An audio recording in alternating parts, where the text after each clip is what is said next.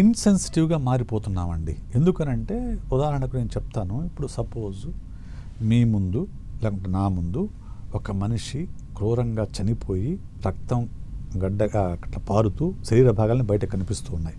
చూస్తే మీకు ఏమనిపిస్తుంది? భయం అనిపిస్తుంది. సో అక్కడ నుంచో మీరు పిజ్జా తినగలరా? తినగలరా? లేదు. కానీ అలాంటి సన్నివేశాలు చూస్తూ మన ఇంట్లో కూర్చొని హ్యాపీగా బ్రేక్ఫాస్ట్ చేస్తున్నాము, లంచ్ చేస్తున్నాము, హ్యాపీగా కబుర్లు చెప్పుకుంటున్నాం కదా. మన కళ్ళ ముందు టీవీలో అది కనిపిస్తూ ఉంది. కనిపిస్తున్నప్పుడు దాన్ని ఒక పక్క అక్కడ గ్రూసంగా ఉంది, మనం ఇక్కడ ఫుడ్ ఎంజాయ్ చేస్తూ ఉన్నాం. ఆటోమేటిక్గా ఏమవుతుందంటే ఆ సెన్సిటివిటీ అనేది లెవెల్స్ అనేది తగ్గిపోతూ ఉంటాయి. మోరోవర్ ఇప్పుడు ఓటీటీలు వచ్చిన తర్వాత మీకు సినిమాల్లో ఉన్న కొంత సెన్సార్ ఉంది.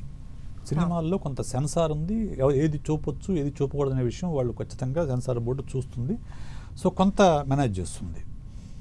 ఇప్పుడు మొన్న పుష్ప 2 చూద్దాం. అది ఏ పిక్చర్ మూవీ, ఏ మూవీ అంటే 18 ఏళ్ళ పైబడిన వాళ్ళు మాత్రమే చూడాలని ఖచ్చితంగా సెన్సార్ బోర్డు ఒక సర్టిఫికేట్ ఇచ్చింది. అయితే తక్కువ వాళ్ళని కూడా చూస్తారంటే చూస్తారు, దాన్ని థియేటర్లో అనుమతిస్తారు కూడా.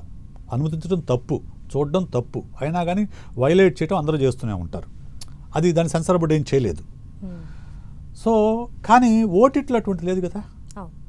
ఓటీటీలు ఏంటి, ఎలాంటిదైనా అప్లోడ్ చేసుకోవచ్చు మీరు. సాధారణంగా ఏమవుతుంది, మీరు అన్నట్లు ఓటీటీలో ఈ క్రైమ్ థ్రిల్లర్లు ఎందుకు ఎక్కువ హిట్ అవుతాయంటే, ఇప్పుడు ఎడ్యుకేటివ్ మూవీ అనుకోండి, అంటే మైండ్కి కొంచెం ఎడ్యుకేట్ చేసే మూవీ అయితే మీరు ఖచ్చితంగా మైండ్ దాని మీద పెట్టాలి, ఆలోచించాలి, విశ్లేషించాలి, దాని నుంచి నేర్చుకోవాలి, దీనికి కొంచెం ఎఫర్ట్ పెట్టాలి.